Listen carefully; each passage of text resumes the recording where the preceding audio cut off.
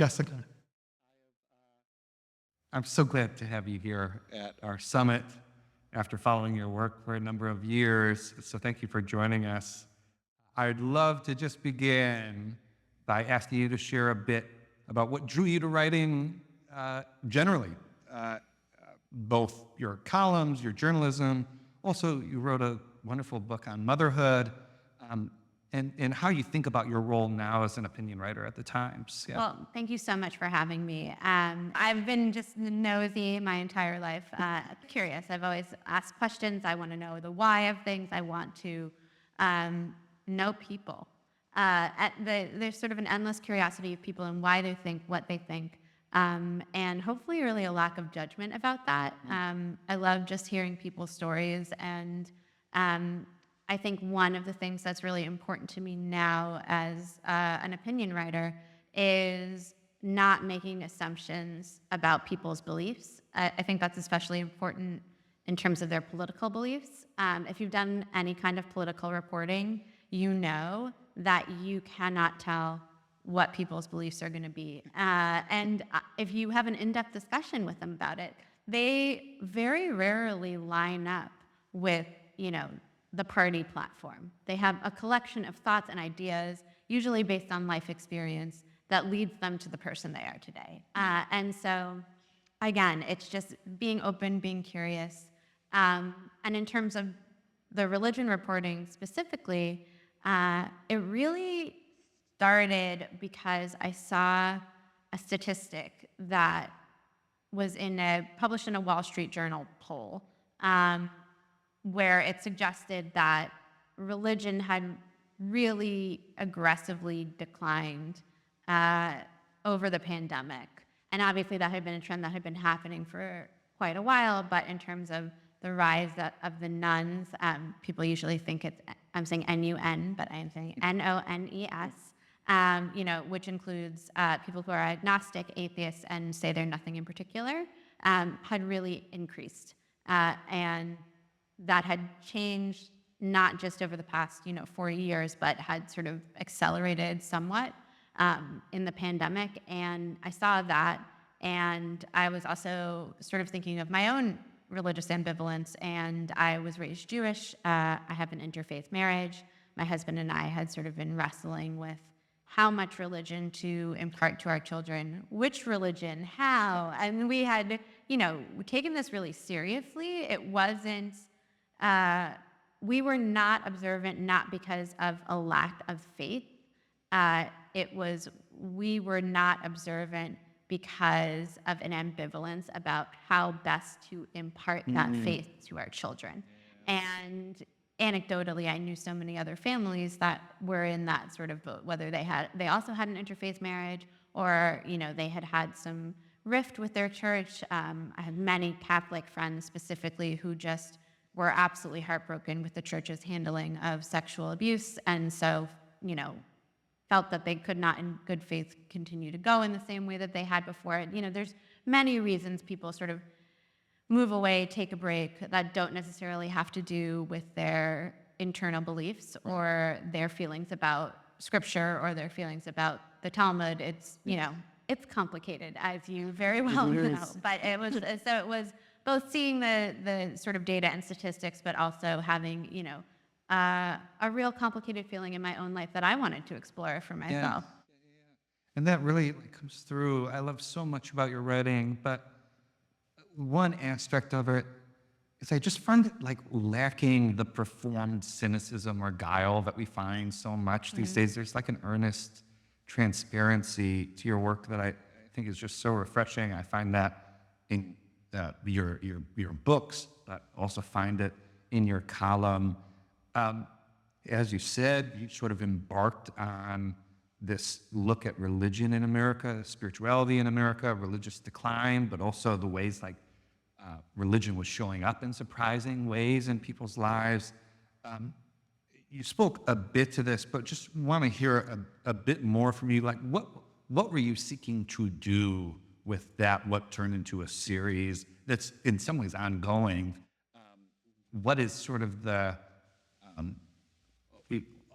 what do you see as your contribution to the conversation?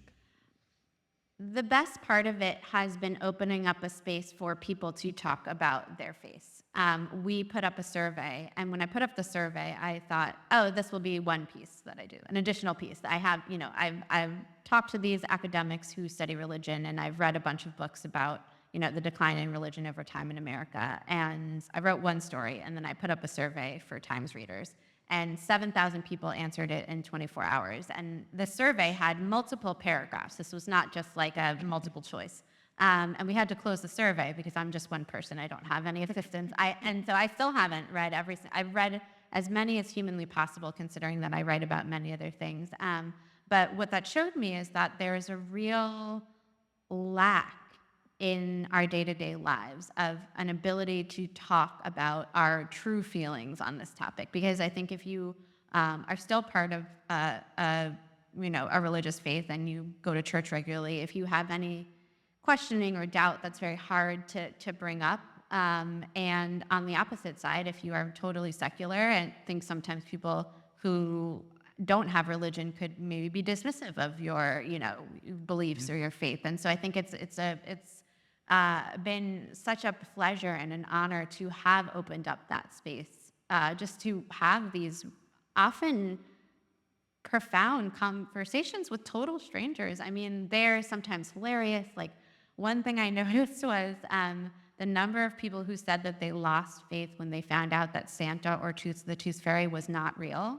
Like, they're like, if my parents have been lying to me about this, God is dead. Like, it just was, it never occurred to me that because my parents never really pushed those. I'm Jewish, so we didn't have Santa, but I was just like, wow, this was so profound to them. I mean, it's not funny. It was painful, but it was a little funny to me.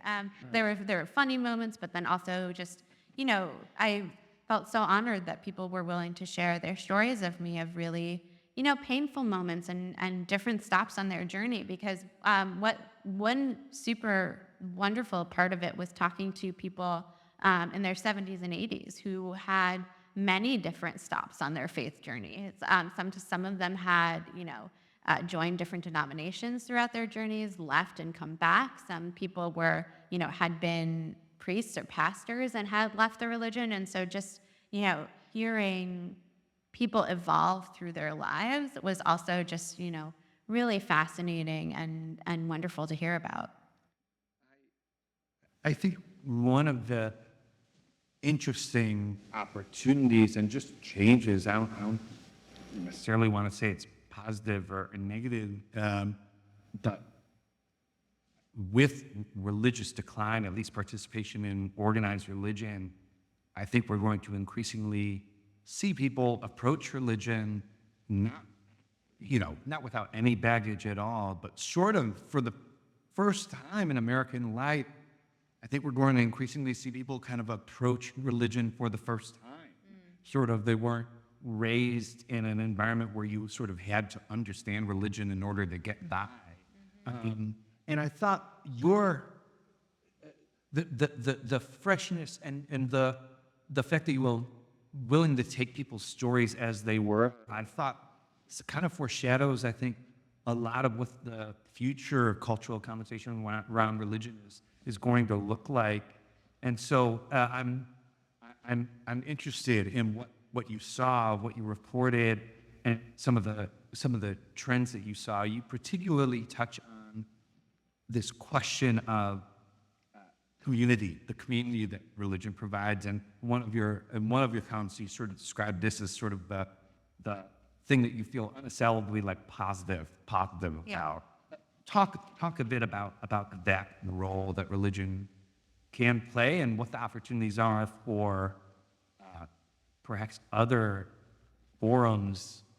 forces to meet some of the need that isn't being met by religion right now. I mean, writ large, people want to feel that their lives have meaning, right? And obviously religion is one way that people feel that there is something bigger than them, that they are part of a community of people who care about you. You want to feel like someone cares about you.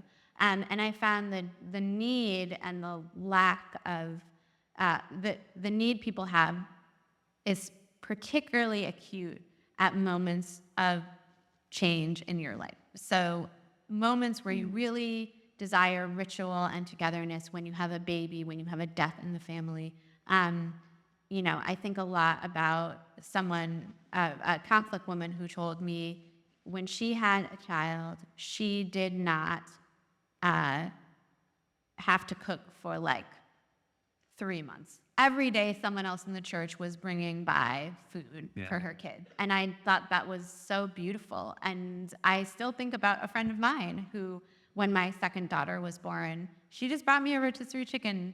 And I was, just something that seems simple, but there's so many people who don't have any community around them to provide them those things in those acute moments. It's not even just sort of the day to day. And so people forever are going to want those communities to grow up around them, right? And it can be done through non-religious means. It's much harder. Um, and I think especially, fewer people are having kids.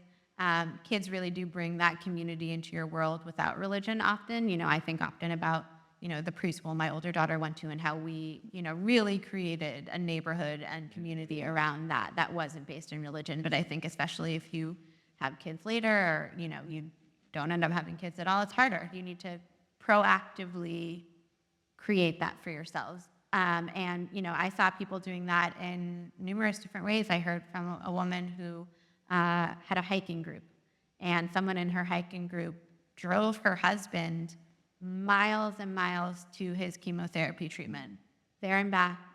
And that sort of grace is almost sort of like a religious community kind of grace. So it can be done. I think it's much harder because of that meaning part. Yes, people can find hiking very meaningful, but it's not the same as a whole faith tradition that is stretching back through history and the faith that your grandparents had. And, I think religion has lasted for millennia for a reason, Yeah. I want to sort of come back to this, but maybe just talk about some terms and sort of what you found in your reporting. Like, who are the nuns and what are misconceptions that people have about nuns? It connotes nothingness, right? And that is not accurate in terms of this very heterogeneous group. So when you talk to sociologists who study religion, they talk about the 3 B's: behavior, belief, belonging. And so in the belonging part, nuns are people who don't identify as any religion in particular. On the belief part, the vast majority of them believe in God. Many of them still, celebrate religious holidays, have religious rituals that are really important to them in their lives. Um, Behavior, belief. So we did belief and then behavior. I mean, some of them still will go to church sometimes. Some of them will participate in, very religious rituals. So In one of your columns, you talked about some of them still praise their rosary. Yes. Even though, yeah. So, there's a lot of different things happening under the surface of this term nuns. I mean, it also does include atheists and agnostics. And atheists are the sort of smallest portion of them. I think it's between 2 and 3% of Americans. And, obviously they have a very, specific belief system and worldview. And agnostics, I think, are about 7%. But again, atheists are really the only ones who have very few of the behaviors and beliefs. A lot of agnostics also still have a lot of the behaviors and the beliefs. So it's complicated. You meet one, you've met one. And then I just want to ask you about another term, which is sort of related, spiritual but not religious. Yeah. Describe that sort of, who that refers to. Oh gosh. Well, I mean, that can really refer to anyone. I mean, that can refer to people who will also say that I'm Christian. They're Christian. I think most of them see it as I don't go to church every Sunday, and that I might believe in some things that are related to the supernatural or a sort of set of New Age beliefs that might not necessarily be associated with any Western religion. They might be associated with more Eastern religion, yoga, meditation, all of that. So, again, it is an extremely diverse group of people. And I think, as I sort of overheard the speaker before us, I think part of the reason some people may identify that way is because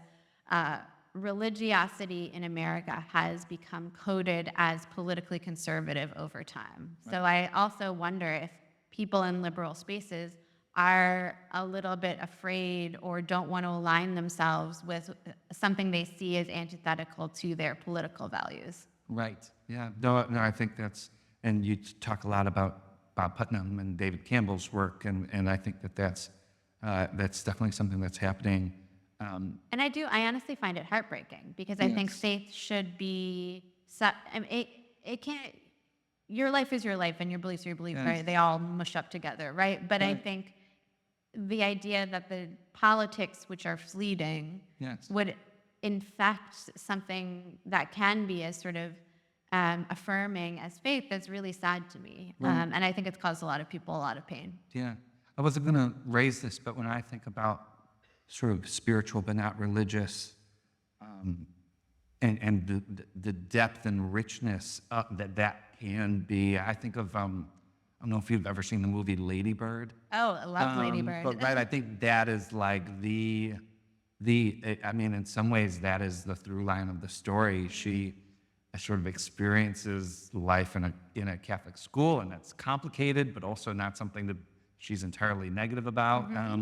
And sort of she goes off to college and sort of experiences the freedom of that and some of the chaos of that, but it ends up with her on the phone with her mother outside of a church, and even you talk about in one of your columns sort of people missing just the sound of a choir, and of course Lady Bird ends with her sitting in the second floor of a church listening to the organ playing. And so I just think of how these some of the storytelling in our culture is telling these more nuanced stories that aren't anti-religious, aren't really pro-religious, but are just sort of the ways in which these things are, these forces, these ideas are part of the who we are as people. That's such a beautiful reading of that movie. I never thought of it that way.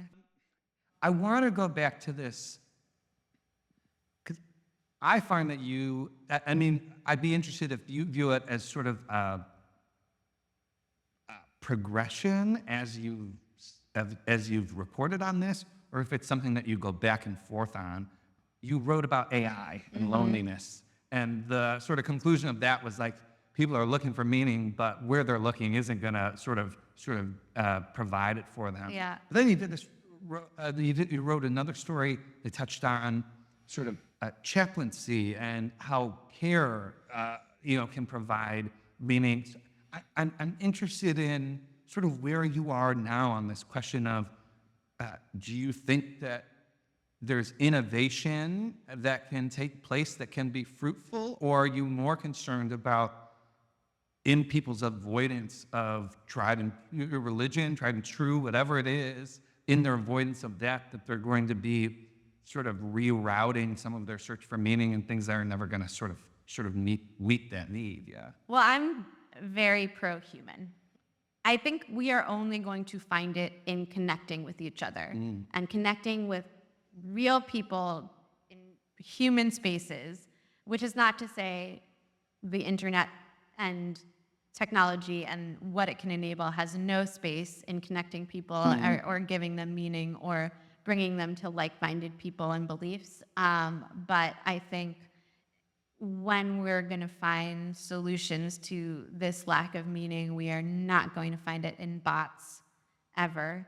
And I think we're in a moment where more and more people are questioning the heretofore, I think, almost sort of unquestioned adaptation of technology as positive in many aspects of our lives. I mean, like you said, I write a lot about issues affecting children. I have an 8 and 11-year-old, and I like to joke that I've become a little tinfoil hattie on a desire to not have my children be surveilled by me or by the government or by, I want them to feel like their minds are free and not under the control of algorithms.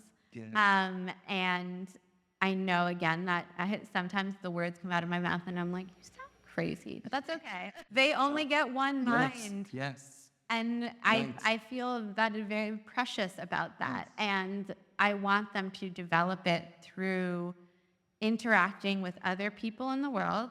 But I do think that if the solutions to loneliness and alienation are not going to be found through technology. Yeah. You mentioned near the beginning of this conversation that this was both sort of sociological analysis and what you were seeing, but Yeah. also part of your own story. I was just really struck. I think it was the last column you wrote about this. Is it a TV series or a movie? Oh yeah, TV series. Nobody wants this. Yes, Yeah. and I was just struck. Like, has your public writing on religion led you to deeper consideration, even like identification with aspects of your religious background and identity, and yeah, what does that look like for That's you? such a good question. I mean, it's always complicated for Jews, right? Because we are a religion, but we're also an ethnicity, and as some people say, we're a civilization. And I actually have been reporting for more than a year about my family's getting Austrian citizenship because in 2019, Austria passed a law that said anyone who is a direct descendant of those persecuted by the Nazis can apply for citizenship without stepping foot in the country. So my grandparents are Holocaust survivors, and so my mother, everyone down the maternal line, we all now are Austrian citizens. Wow. And so the religious reporting sort of ran alongside this thing that we had done and my desire to understand why we did it beyond the purely mercenary, great to have an EU passport for me and my kids.